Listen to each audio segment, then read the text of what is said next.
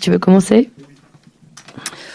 Salut Jonathan, deux petites questions pour commencer. La première, elle est de circonstance, c'est normal. Comment se passe entre guillemets la digestion de cette élimination, tous les efforts fournis et surtout malheureusement l'élimination en Ligue des Champions? Alors bonjour déjà. Alors comment ça se digère? Le lendemain a été compliqué, la nuit a été compliquée, le lendemain aussi forcément. Parce qu'on est des compétiteurs, on voulait passer ce tour-là. Maintenant, voilà, il fallait une journée de digestion, comme l'a dit le coach hier. On avait un jour de deuil, c'était celui d'hier. Aujourd'hui, il faut déjà passer à autre chose et surtout passer à autre chose parce qu'il y a beaucoup de matchs qui nous attendent encore et qui seront tout aussi importants que celui de mardi. Et justement, un match qui arrive très très vite. Alors on a l'habitude de dire que après une défaite, c'est bien de rejouer très très vite. Je te pose juste une question de la récupération physique et mentale. Avant de jouer à Metz, il y a très très peu de temps de récupération. Comment ça se passe? Vous êtes déjà focus, ça on le sait, mais dans les corps, dans les têtes?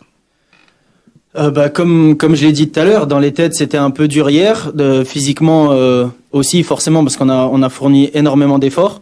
Maintenant voilà, c'est la récupération hors football qui est la plus importante, on le sait. C'est un métier à part entière, c'est très important de comme beaucoup le diront, mais bien manger, bien boire, bien dormir. Parce que sans ça on tient pas la distance mais je sens le groupe ultra concerné, ultra professionnel et on sera prêt pour demain soir. Michel. Bonjour Jonathan. Bonjour. Comme c'est la mode de questions, la première pour continuer ce qu'a dit Karim, est-ce que toi, à titre personnel, tu te sens apte à jouer vu dans l'état que tu as fini? Comme ton collègue à gauche, Lodi, il y avait 5-6 joueurs qui avaient des crampes. On est au mois d'août, 120 minutes, 3-4 matchs en 9 jours. Est-ce que le coach a déjà parlé de turnover? Est-ce que toi, tu es apte aussi, donc à la fois individuellement et collectivement? Et la deuxième, c'est personnellement, je pense que tu as peut-être fait ton meilleur match sous le maillot de l'OM. Est-ce que tu as une explication aussi de ce début de saison hyper convaincant pour ta part?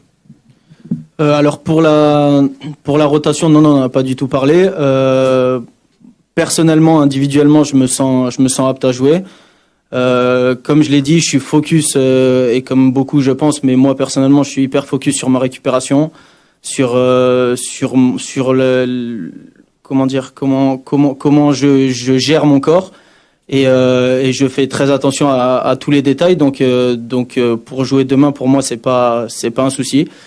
Pour Lodi, je pense que c'est pareil. Il a connu aussi des grands clubs comme ça et que l'enchaînement des matchs, ça fait partie du job. Et après, par rapport à mon début de saison, je me sens bien, je me suis bien préparé, je me suis bien vidé la tête cet été aussi, ça m'a fait beaucoup de bien. Je suis très bien entouré, je savais en tout cas ce qui m'attendait, je sais encore ce qui m'attend. Je suis focalisé, je suis concentré et c'est peut-être pour ça aussi que ça se passe très bien. Ludo. Bonjour Jonathan. Mardi, ça a été une grosse déception. Il y en a eu pas mal la saison dernière aussi. On va pas toutes les citer, mais l'OM est passé souvent à côté de plusieurs grands rendez-vous. Est-ce qu'il y a eu un travail psychologique particulier effectué ces 2 derniers jours pour espérer rebondir en 72 heures à Metz demain? Non, il n'y a pas de travail particulier. C'est les aléas du sport de haut niveau. Il y a beaucoup de déceptions, il y a beaucoup de victoires aussi. C'est les montagnes russes, on le sait. Maintenant, voilà, c'est aussi ce qui fait partie du métier. On doit rebondir vite quand il y a des grosses déceptions et on ne doit pas s'enflammer énormément quand il y a des belles victoires. Donc voilà, on reste concentré, focus sur ce qui nous attend. Fabrice. Jonathan, bonjour. Tu as un nouveau partenaire, notamment dans le couloir droit avec Ismaël Assar. Est-ce que tu peux nous raconter comment est-ce qu'il s'est intégré au sein du groupe et est-ce que vous entendez souvent le son de sa voix dans le vestiaire? Parce qu'il paraît qu'il est très discret. C'est exactement ce que j'allais répondre. Il est effectivement très discret, mais c'est quelqu'un de très agréable à vivre. Voilà, les premiers contacts ont été hyper simples, hyper détente. C'est vraiment quelqu'un qui est à l'écoute, qui a énormément de qualité. Donc Donc c'est très facile de communiquer avec quelqu'un qui est intelligent, qui est calme, serein. Donc non, pour moi ça a été tout bénef en tout cas, et je pense que pour lui aussi. Sur le terrain, pour moi c'est une bombe, il le sait. Ça me fait beaucoup de bien qu'il soit devant moi.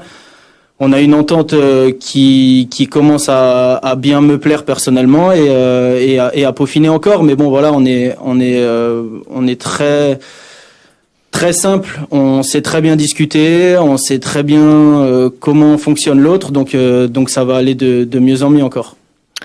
Michel. Oui, bonjour John. Il y a eu une très grosse intensité mardi avec un adversaire de très haut niveau. Maintenant, vous enchaînez sur un promu qui a pris une valise.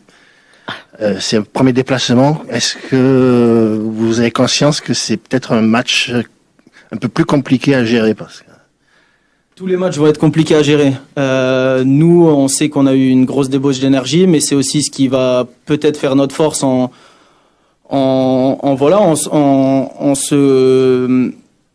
voyant bien qu'on est en train de monter en intensité et en gamme, donc c'est positif pour nous malgré le résultat, mais il y a tellement de choses positives à tirer de ce match-là malgré tout que voilà, on va arriver vendredi avec plutôt pas mal de certitudes quand même.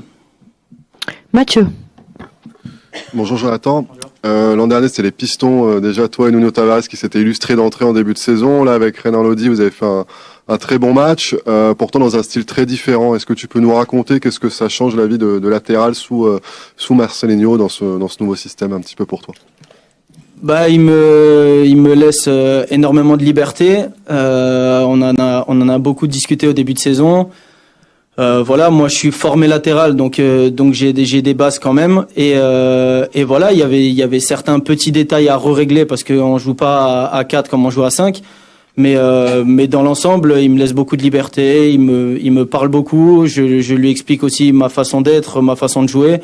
Il connaît mes qualités, il connaît mes défauts, on en parle très souvent d'ailleurs, mais sans problème. Et voilà, ce qui change, c'est juste le positionnement un petit peu défensivement et parfois offensivement aussi. Mais au-delà de ça, ça reste un système qui me convient, qui nous convient et qui nous permet de nous illustrer malgré tout. Flo. Oui. Jonathan, bonjour. J'avais 2 questions, s'il te plaît. Est-ce que, alors bon, je sais que vous voulez tourner la page, mais malgré tout. L'arbitrage a beaucoup fait parler. Le club a écrit une lettre, notamment à l'UEFA. Voilà, vous en tant que joueur, est-ce que vous êtes attardé hier à froid sur certaines actions concrètement, par exemple le but refusé à Vitinha, ce hors-jeu de Sarr alors qu'il se fait pousser. Il y a une faute sur Harit aussi juste avant. Voilà, est-ce que vous avez regardé, est-ce que vous avez un avis, voire un coup de gueule sur l'arbitrage? Alors oui, on s'est attardé après le match forcément parce que dans la déception, on cherche quand même à comprendre. Maintenant, on va pas ressasser 100 000 fois les mêmes choses. C'est comme ça. Il faut se faire à l'idée. C'est dur, mais il faut se faire à l'idée. Et puis après, voilà, pour la lettre que le club a fait, je veux dire, c'est le président et la direction qui gère ça. Nous, on en a parlé entre nous parce que forcément, on avait besoin d'en parler aussi, mais aujourd'hui, c'est fini, donc on passe à autre chose. Et je voulais savoir comment allait votre coéquipier Matteo Guendouzi, qu'on a quitté forcément très touché. C'est un battant, enfin, il va se relever, mais est-ce qu'il a fallu lui dire quelques mots et l'encourager plus que d'habitude? Matteo, c'est un compétiteur. Forcément, il a la dalle comme il l'a déjà prouvé. Il y a des jours avec, il y a des jours sans. C'est pas pour autant qu'on va l'enterrer. Au contraire, on connaît ses qualités, on connaît l'homme qu'il est. Donc voilà, on a évidemment discuté avec lui, mais comme on a discuté avec tout autre joueur. Donc non, voilà, il y a pas de signal d'alarme plus, mais voilà, il était abattu parce que comme tout le monde, on espérait plus. Maintenant, voilà, il va passer à autre chose comme nous, on va passer à autre chose et il va être focalisé sur la suite de la saison. Stéphanie. Bonjour Jonathan, je voulais savoir quelle préparation mentale vous aviez eue cette saison, en fait, pour commencer la saison. Si elle était identique à celle de la saison dernière. Et ce que vous avez dit le coach avant les matchs contre le Panathinaikos. C'est ma première question. Et la deuxième, c'était de savoir comment le groupe a vécu le départ de Dimitri Payet et sa nouvelle vie maintenant au Brésil. Si vous avez des nouvelles, ce serait sympa. Ok. Alors, la préparation mentale, elle a été, je pense, pour beaucoup très personnelle déjà avant le début de saison, parce que chacun se fixe des objectifs individuels et forcément qui ramèneront ces objectifs-là au collectif. Donc non, je pense que la préparation, elle a été très individuelle pour tout le monde et qui s'est regroupée après avec la discussion avec le coach. Donc ça a été d'une simplicité, je pense, malgré tout, de savoir qu'on avait une grosse saison à faire, qu'on avait des objectifs tous en commun, tous les mêmes. Donc c'était assez simple à préparer cette saison-là. Et pour Dim, on l'a croisé mardi matin. Donc il est venu discuter avec nous. Ça nous a fait super plaisir de le voir, forcément. Et voilà, on l'a senti heureux malgré tout. Et voilà, on sait qu'il aime jouer au foot, qu'il a encore envie de jouer au foot. Donc voilà, on lui souhaite évidemment le meilleur. Et le meilleur, ce sera forcément sur le terrain. Donc on est forcément content pour lui.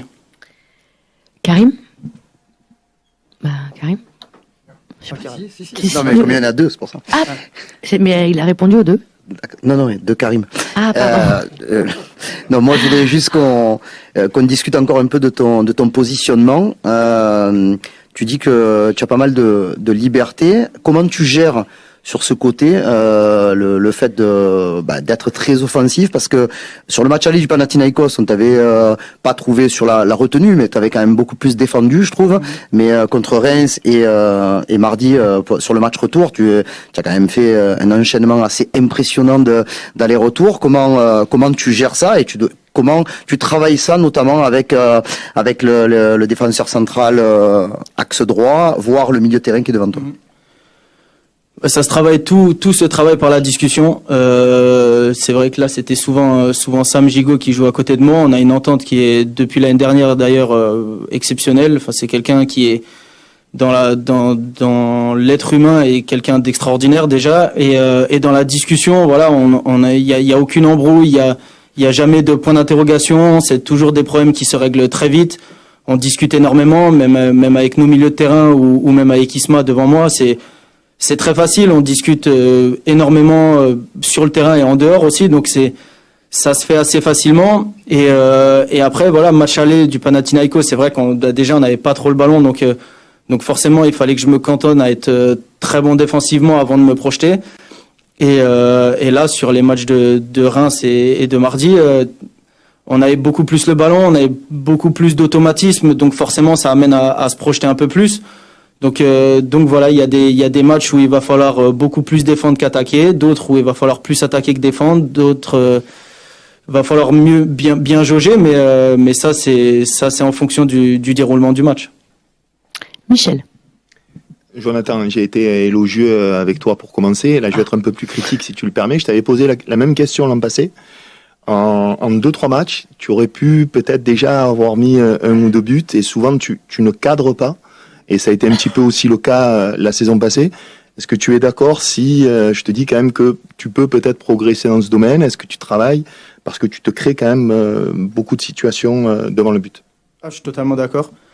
C'est un axe de progression, parmi tant d'autres d'ailleurs, mais c'est un axe de progression. Forcément, à un moment donné, même moi, je me rends compte que je me crée beaucoup d'occasions. Maintenant, il va falloir vraiment que je soigne la finition, en tout cas que je la travaille un peu plus, parce qu'effectivement vous avez raison que je me retrouve souvent en très bonne position et qu'il faudrait que je soigne un peu mes stats sur cet aspect-là, c'est clair. Exactement. Pas d'autres questions? Ah, si, Stan. si. Levez la main alors. Oui, bonjour Jonathan. Juste à nouveau sur la dépense physique, c'est peut-être encore un peu tôt dans la saison, mais on voit que les matchs durent de plus en plus longtemps. Bon là, mardi, vous avez eu des prolongations, c'était particulier, mais les matchs ont tendance à durer plutôt 100 minutes que 92 ou 93 comme les saisons précédentes. Est-ce que c'est une préoccupation pour des joueurs comme toi qui ont une grosse débauche d'énergie, pardon? Est-ce que c'est quelque chose que vous commencez à travailler aussi physiquement avec le staff, ou est-ce que c'est encore un processus en cours? Merci. Je pense que c'est pas quelque chose qui se travaille, en tout cas plus que ça à l'entraînement. Je pense que ça va être à mon avis, une question d'habitude et de rythme en enchaînant les matchs. C'est vrai que ça rajoute pas mal de temps. Après, il n'y a pas le choix, donc il va falloir faire en sorte que même à la 99e minute, on soit encore prêt. Donc avec l'enchaînement des matchs, je pense que chacun va encore gonfler son niveau de jeu et ça va aller. Karim, on finit avec toi. Voilà, avec deux petites questions parce que je rebondis un petit peu sur celle-là. Qu'est-ce que tu as appris de ta première saison à l'Olympique de Marseille? On se rappelle, il fallait que tu apprennes à gérer un petit peu cet enchaînement de matchs tous les 3 jours, les compétitions européennes. Là, on te sent quand même pas beaucoup plus sûr de toi, sûr de ta capacité à pouvoir enchaîner les efforts et les semaines. J'ai surtout appris sur moi-même. J'ai surtout appris sur comment me gérer encore plus, même si voilà, quand on m'a vu arriver à haut niveau, à chaque fois j'avais l'impression de parfaire et d'être quasiment parfait sur tout. Et au final, c'est une éternelle remise en question de l'aspect mental, de l'aspect physique, de l'aspect de la récupération. C'est un éternel recommencement, mais qui malgré tout, en cherchant des détails plus à droite à gauche, et on se rend compte qu'il nous reste énormément de marge de manœuvre sur beaucoup de domaines. Donc voilà, je m'étais préparé, je sens que je suis préparé. Maintenant c'est pas pour autant que je vais lâcher le moindre détail parce qu'on sait très bien que le haut niveau ça pardonne pas. Et malgré le contenu positif du match de mardi, la frustration a engendré beaucoup de commentaires un petit peu durs sur votre équipe. Demain soir, c'est un match chez un promu qui en a pris 5 contre Rennes lors de la première journée. Vous avez juste à répondre sur le terrain, mais ça sera pas simple. Comment vous le voyez, ce déplacement à Metz? On le voit comme un match de championnat qui malgré le contexte etc reste un match très important. Donc on va le préparer de la meilleure des manières. On l'a dit tout à l'heure, c'était hier. Aujourd'hui, faut passer à autre chose. Il y a beaucoup de certitudes, comme je l'ai dit, malgré tout dans ce match-là. Et on commence à avoir une forme d'automatisme qui grimpe. Donc voilà, va falloir remettre tous les mêmes ingrédients qu'on a mis mardi soir pour s'imposer à Metz. Merci beaucoup.